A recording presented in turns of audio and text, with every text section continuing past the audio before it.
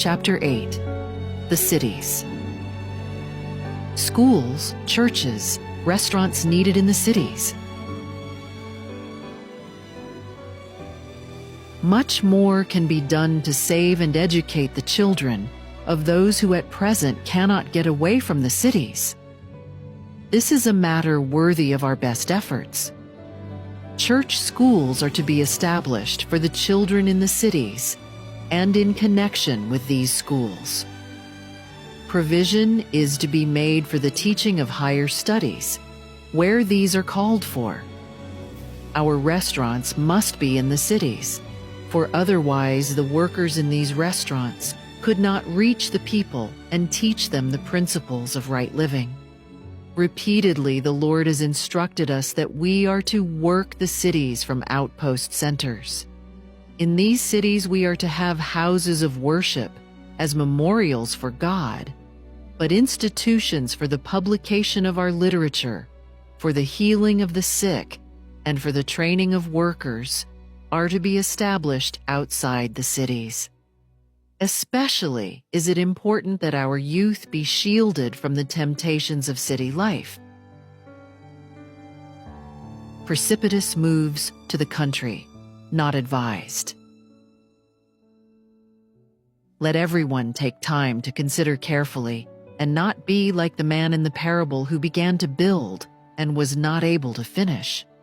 Not a move should be made, but that movement and all that it portends are carefully considered, everything weighed. There may be individuals who will make a rush to do something and enter into some business they know nothing about. This God does not require.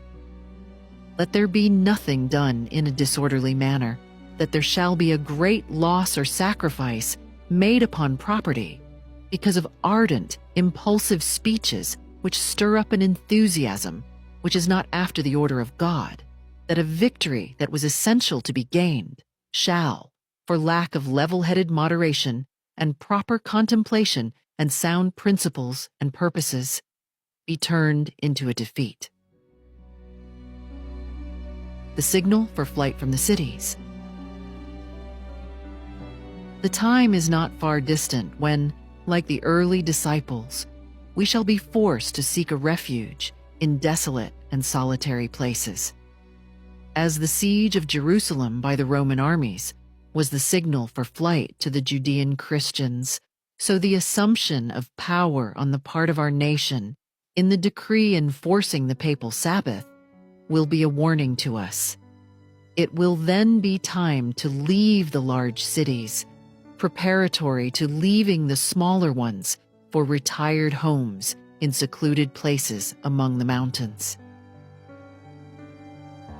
Some righteous still in the cities after the death decree has been passed.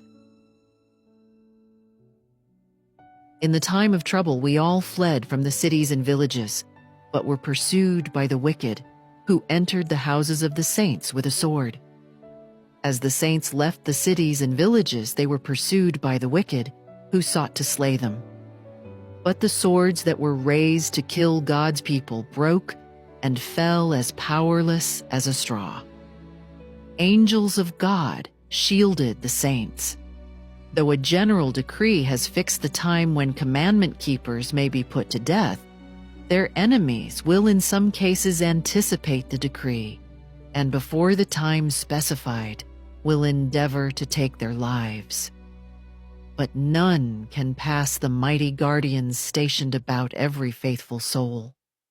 Some are assailed in their flight from the cities and villages, but the swords raised against them break and fall as powerless as a straw. Others are defended by angels in the form of men of war.